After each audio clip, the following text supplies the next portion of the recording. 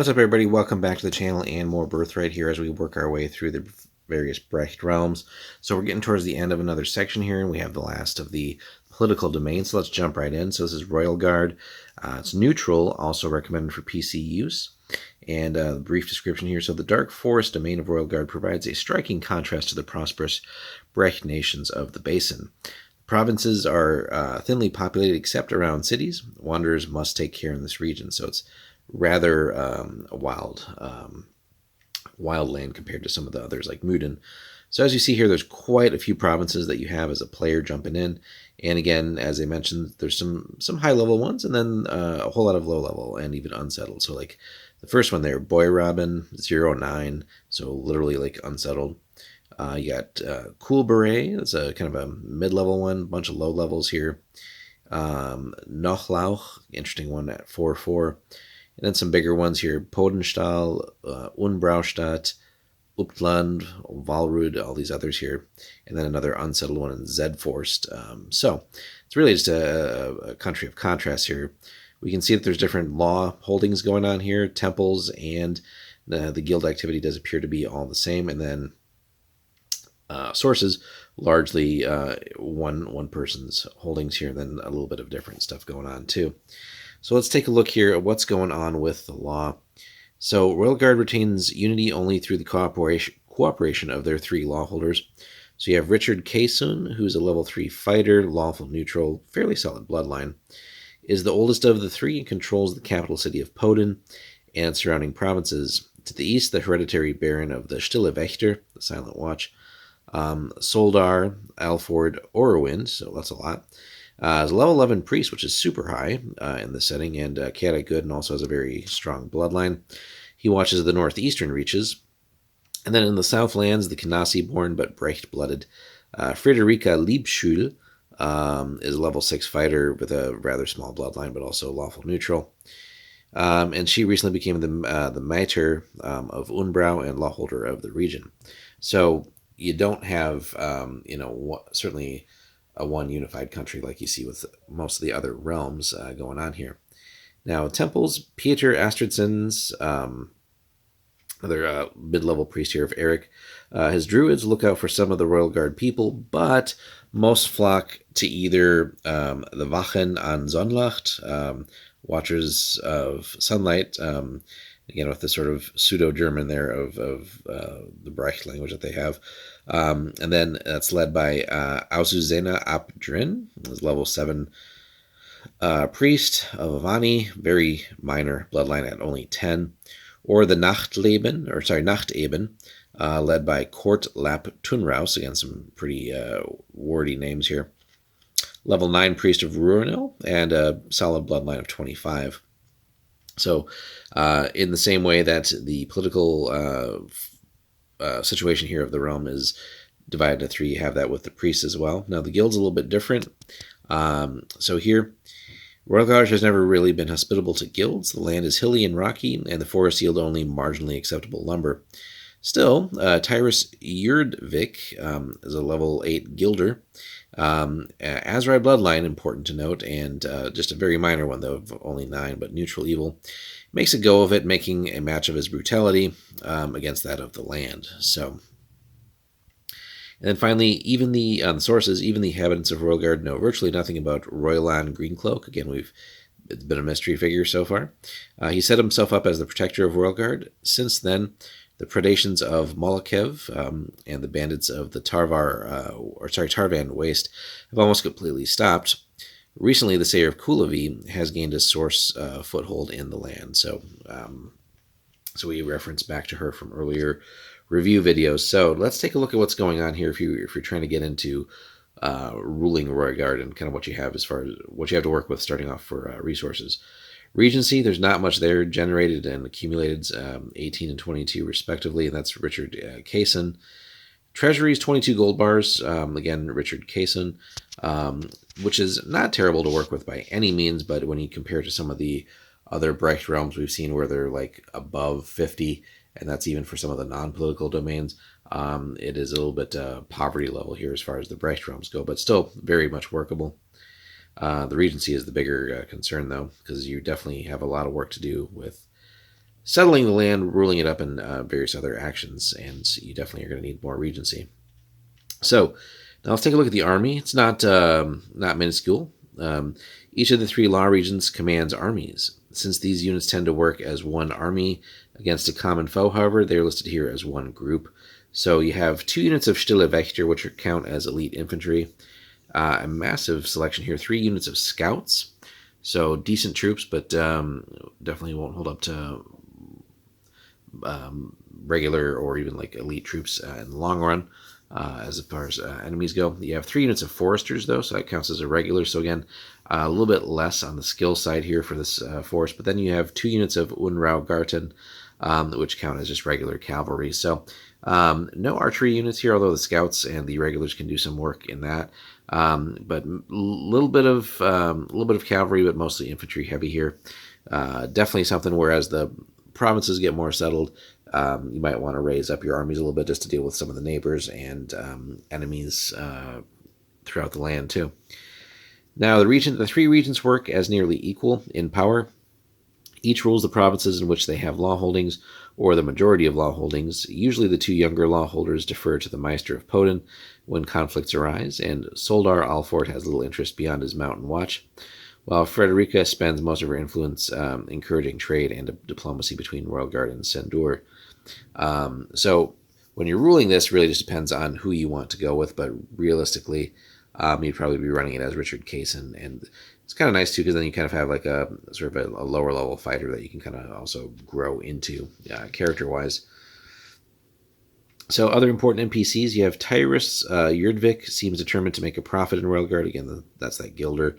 Whatever the cost to its people. His Banalach spoilers were formed out of desperate fisher folk living on the northern banks of the Banalach, and as a tightly controlled guild, they follow Tyrus on whatever profit-making schemes he devises. Rumor has it that he secretly trades with the bandits of the Tarvan Waste, which obviously then kind of invites them to cause trouble, selling them wood for arrow and spear shafts that they normally wouldn't be able to get in their basically desert domain. Of those who have heard of this rumor, none are surprised. Tyrus has said himself that he'll do anything to turn a profit, even essentially breaking the law. The law holders in the area show no signs of wishing to stop him as well, so that's something interesting to note as well. The half-elf twins, Mursa and Kur, serve royal in Greencloak and regularly visit the courts of the 3 law holders. Almost as mysterious as their master, they travel abroad for the wizard as well, and have been spotted in the Burrows, Troycht, Bearhagen, and Rormark. Little is known of them, but they seem to avoid the Couliterite, or their ventures there are so secret that none know of their passing. Their appearance is unlike other half-elves. They're shorter, thinner, and darker than most, though this could mean their human parent was a short Voss or a stocky Kanasi, so not to be taken here as like a pseudo drow or half-drow or something like that. Since we really don't have them in this setting. But interesting to note there. That's, again, something for the DM to flesh out in a campaign, potentially. It is interesting, though, coming back to the Gilder, that even with these law holders, and again, law not necessarily being as strongly set up here as in some of the other domains, that they're kind of turning a blind eye to this guy kind of causing problems. So potentially an adventure hook or some sort of situation that would come up that you're going to have to deal with, and should be a good early challenge, I think, for the DM to throw the player's way. An old crone, actually, sorry, we're skipping a little bit here, aren't we? No, we're on track here. An old crone named Dame Wither is rumored to live in the Couliterite with her 3 sons. If the legends speak truly, she acts as a seer, midwife, and magician for hire. So we'll eventually get to the Blood Enemies accessory for more information on her. So, but for now, you can kind of leave it up to your imagination. Now, on the description side here, where the beautiful Couliterite stretches into Rheulgard, the forest turns dark. The trees become twisted, and once mighty oaks lie rotting on the damp floor. Whatever magic permeates the forest within Coulevi and protects it is absent in Rheulgard, though. So again, an interesting way to maybe play that up, and maybe some influence of the Shadow World. Even the most dim-witted observers will notice the difference almost immediately. But the people of Rheulgard thrive in their own fashion. The realm is often in a state of minor strife, since no one person really holds real power. Yet the land is nowhere near approaching a state of civil war. Stories abound of the Wizard of Forest Island, as Roiland Greencloak has been called on occasion, pulling strings between the regions, and he may be part of the reason that the domain holds it together as well as it does, which could certainly be more factual. The cities here, the three major cities, are completely different in character, as you might expect also from the big differences in their regions. The oldest city is Edlena, a fortress town positioned to overlook the mountains of the Silent Watch to the northwest and the Molokev border to the east. It sends guards to the Berhagen Pass, but no infiltrators have come from that direction in written history. The Stille Wächter, led by their Soldar, maintains vigilance above all. And then the captain of Rheulgard, the capital of Rheulgard, Poden, wraps along the shores of the Banalach. A rustic city, it spreads along the lakefront and extends into the water on piers. Much river traffic passes between Poden and the Southlands, extending down to the Sarway River, all the way to, and some say through, the Harrow Marsh. The city of Unbrau was founded only a few decades ago by a Canasi wizard. Looking to retire from the green eaves of the southern Rheulgard, he settled here with many followers. Almost before he knew it, a city was born, and many of the citizens were of mixed Canasi Brecht blood, and the styles of the city reflect the Southlands. So currently, Frederica Liebschuhl, niece of the city's founder, is master of Unbrau. She keeps both cultures alive within her bounds. So it's interesting to see here, whereas maybe in like Anweer or other places that would maybe be some like intercultural conflict, but here they kind of get along perfectly here with the Brecht and the Canasi heritage. Thinking campaign-wise too, so if you're taking again the role of Richard Kaysen here and trying to rule the domain, you might really, if you're looking to take over more and rule more at some point, you might cultivate the other regions as like very strong lieutenants for you, and that could be certainly a step in the right direction, especially with someone as capable as that. Now, allies. Rheulgard's allies are the Law Regent's allies. The Stille Wächter shares intelligence reports with Berhagen and could call upon them for assistance. The Matter of Unbrau maintains many Canasi ties, and she might be able to persuade Sindur to come to her aid in a time of need. Now, relations between Poden and Treucht have always been cool. Assistance from it might be conditional, but Muden, despite its nearness, remains isolated on the other side of the mountains of the Silent Watch, so theoretically they would be able to help, but again, here the geography is not helping. Now, enemies, certainly there are some. Kulavi has sent elves into Rheulgard on occasion, but never with friendly intent, which is a very interesting point to note. Now, the Banshee causes trouble for the domain periodically, and Rheulgard always fights back. That feud has been simmering for many years. And then to the east, Molokev is a volatile Voss kingdom with no love for the Brecht nation. So really on the order of threats here, certainly the Voss would be up there, something to deal with, and again, could be a cause for sort of ruling up the domain, the land, and really straightening out the law situation just to be more unified and stronger. And again, sort of coming up with a combined approach to deal with these threats. The Banshee, again, we've kind of elaborated on that in that domain description. So realistically, not as much of a threat, only when the Banshee itself is active as opposed to the human and not the on-shape as far as that goes.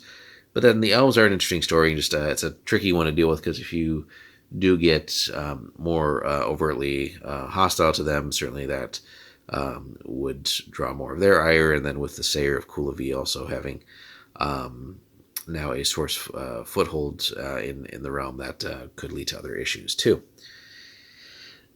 But interesting situations nonetheless, but also some very real external challenges for the player.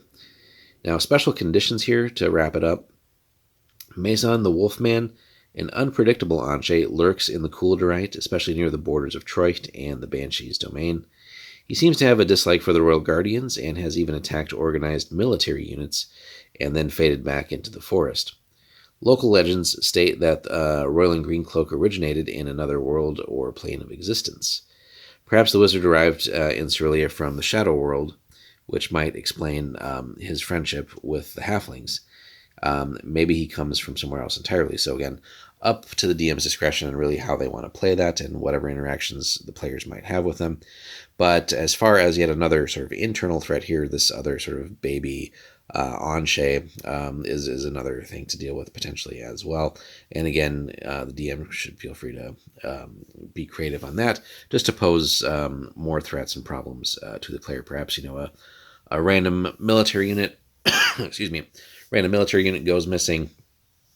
Maybe there's just repeated attacks, and players investigate with sending maybe like a lieutenant and a military unit to maybe go deal with the disruption in the province off of like a random event.